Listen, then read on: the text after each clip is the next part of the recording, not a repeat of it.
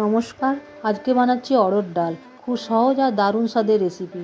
এবার কুকারের মধ্যে কিছুটা জল নিয়ে আগে থেকে ভেজানো অড়হর ডাল, একটা টমেটো কেটে এবং নুন দিয়ে দুটো সিটি দিয়ে নিলাম। কুকারের স্টিম পুরোপুরি চলে গেছে। দেখুন ডাল খুব সুন্দর সিদ্ধ হয়ে গেছে। এরপর গ্যাস অন করে কড়াই গরম করে 1 চামচ সর্ষের তেল দিয়ে তাতে দুটো শুকনো লঙ্কা, তেজপাতা এবং গোটা জিরে ফোড়ন দিলাম। এরপর হলুদ গুঁড়ো আর জিরে গুঁড়ো দিয়ে তার মধ্যে সামান্য ডালের জল দিলাম যাতে মশলা পুড়ে না যায় এবং ভালো মতো ভেজে নেব। এরপর যোগ করব আদা বাটা মশলার সাথে, ভালো মতো মিশিয়ে কষিয়ে নিয়ে রান্নায় দিয়ে দেবো ডাল। ডাল ফুটে এলে তাতে 1 চামচ গুড় যোগ করে নাড়িয়ে নেব।